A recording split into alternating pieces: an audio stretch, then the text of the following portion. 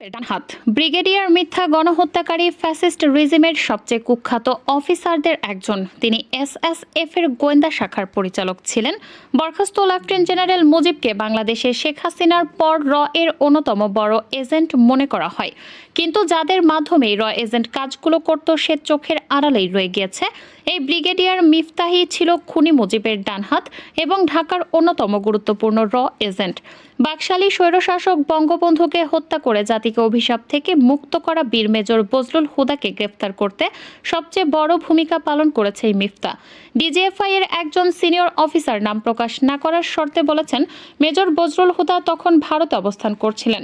মিফতাহের রয়ের সাথে সমন্বয় করে ভারত থেকে তাকে গ্রেপ্তার করে নিয়ে আসে। এরপর ব্রিগেডিয়ার মিফতা মেজর বজলুল হুদাকে মিরপুরের কাজীপাড়া থেকে গ্রেফতার দেখায়। গুম বাহিনীর খুব স্বাভাবিক একটি বিষয় ছিল যে অন্য জায়গা থেকে গ্রেফতার দেখানো। খ. র্যাবে থাকাকালীন নাশকতা ও সন্ত্রাস। র্যাবের অধিনায়ক থাকা অবস্থায় এই ব্রিগেডিয়ার মিথ্যা অসংখ্য অপকর্ম, দুর্নীতি, গুম এবং খুন করেছে। সাধারণ মানুষকে তথাকথিত নাশকতা ও জঙ্গি নাটকে গুম খুন করে সে নিজেই সন্ত্রাসী কাজ করত। তাকে র্যাব ও এসএসএফ এর অফিসাররা সাইকোপ্যাথ বলতো। তার নিজ হাতে এত বেশি কিলিং ছিল যে সে রাতে ঘুমাতে পারত না। এসএসএফ এর সবাই এটা জানতো। র্যাবের সেই 7 জন অফিসারের ওপর আমেরিকা স্যাংশন দিয়েছে। ব্রিগেডিয়ার মিথ্যা তাদের মধ্যে একজন। কক্সবাজারে র্যাব 11 এর অধিনায়ক থাকা অবস্থায় কাউন্সিলর একরামুল হক হত্যায় তিনি জড়িত ছিলেন, তাই আমেরিকা তার ওপর ভিসা স্যাংশন দেয়। সে এতই কুখ্যাত যে তার নামে আলাদা উইকিপিডিয়া পেজ ওপেন রয়েছে। গ. আওয়ামী আশীর্বাদ। স্টাফ কোর্স না করেই তিনি আওয়ামী লীগের আশীর্বাদেই লেফটেন্যান্ট কর্নেল হয়েছেন। যোগ্যতা না থাকায় প্রথম 2 বোর্ডে লেফটেন্যান্ট কর্নেল থেকে কর্নেল পদে প্রমোশন পাননি। তবে শেষ মুহূর্তে অবসরের 1 মাস আগে তার গুম খুনের পুরস্কার স্বরূপ আওয়ামী লীগের দয়ায় কর্নেল পদে প্রমোশন হয়। বর্তমান সরকারের সময় তার উচ্চাভিলাষ ছিল এসএসএফ এর ডিজি হওয়ার, কিন্তু হায়, তার ছেলের সমান বাচ্চারা 5 আগস্ট তার সেই স্বপ্নকে জয় বাংলা করে দিল। 2.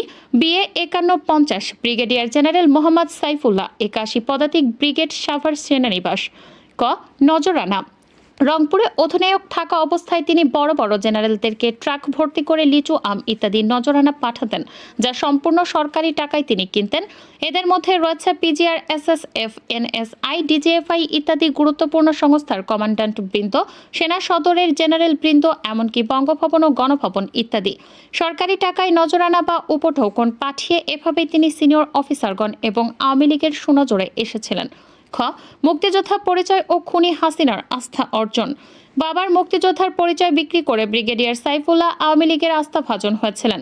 তিনি দীর্ঘদিন গণভবনে প্রধানমন্ত্রীর সহকারী সামরিক সচিব এএমএসপিএম ছিলেন। খুনি ও নরপিচার শেখ হাসিনার সকল ব্যক্তিগত প্রশাসনিক বিষয় তিনি দেখতেন।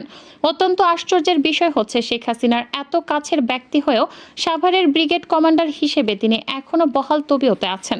সেনাপ্রধানকে এর জন্য জবাবদিহি করতে হবে। এটা কি হাজার হাজার মানুষের রক্তের সাথে বেইমানি নয়? গ. এনএসআইতে থাকাকালীন তার কর্মকাণ্ড। ব্রিগেডিয়ার সাইফ এনএসআই এর কাউন্টার টেরোরিজম ব্রাঞ্চের পরিচালক ছিলেন। এনএসআই এর আমাদের টিম মেম্বারের তথ্য মতে ইসলামপন্থী রাজনৈতিক ও অরাজনৈতিক দল এবং এর কর্মীদের তিনি অনেক হয়রানি করেছেন। বিএনপির নেতাদের মধ্যে ইসলামিক পার্টিগুলোর মধ্যে শত্রুতা তৈরি করতে তিনি কাজ করেছেন এবং মিডিয়া ও বিভিন্ন নেতাদের নিয়ন্ত্রণ করেছেন। এছাড়াও এনএসআই এর অন্যান্য পদেও চাকরি করেছেন। তিনি ডাইহার্ট বা প্রচণ্ড রকম নিবেদিত প্রাণ আওয়ামী লীগপন্থী অফিসার।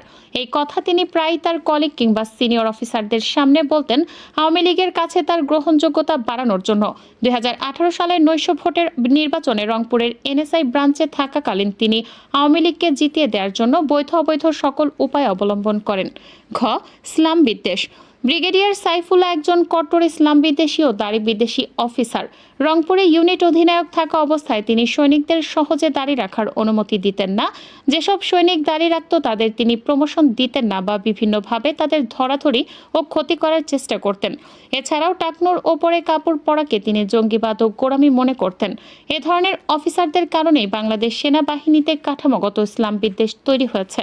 বেসামরিক পরিমণ্ডলে প্রায় সকল মিডিয়া কিছু ইসলাম বিদ্বেষী বুদ্ধিজীবী, শাহরিয়ার কবির, জাফর ইকবাল ইত্যাদি আওয়ামী লীগ নেতা, আওয়ামী দাস সরকারি কর্মকর্তা ও সাংবাদিকদের কারণে কাঠামোগত ইসলাম বিদ্বেষ তৈরি হয়েছে।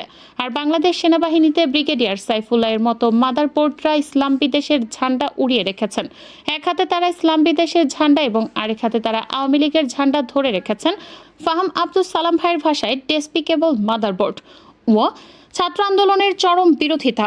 এছাড়াও বাংলাদেশ সেনাবাহিনীর যেসব অফিসার মনে প্রাণে ছাত্র আন্দোলনকে ঘৃণা করেছেন এবং যে কোনোভাবে ফ্যাসিস্ট খুনি রিজিমকে টিকে রাখার চেষ্টা করেছিলেন, তার মধ্যে আওয়ামী সেবা দাস ব্রিগেডিয়ার সাইফ উল্লাহ অন্যতম। জুলাই আন্দোলনে সাভারের ব্রিগেড কমান্ডার থাকা অবস্থায় তিনি ফায়ারের আদেশ দিয়েছিলেন, তবে তার সেই আদেশ 100% কার্যকর হয়নি। শুধুমাত্র তাকে খুশি করার জন্য জুনিয়র অফিসার ও সৈনিকরা কিছু ফাঁকা গুলি তৈরি করেছিল, কিন্তু সেগুলোতে কেউ হতাহত হয়নি। এরপর 5 আগস্ট 2024 সন্ধ্যায় জেনারেল মুজিবের পক্ষ থেকে যখন সেনাপ্রধান জেনারেল ওয়াকারের বিরুদ্ধে প্রতি বিপ্লবের আহ্বান করা হয়, তখন তিনি তার বিশ্বস্ত অধিনায়ক অফিসারদের নিয়ে সম্পূর্ণ প্রস্তুত ছিলেন ঢাকা রওনা করার।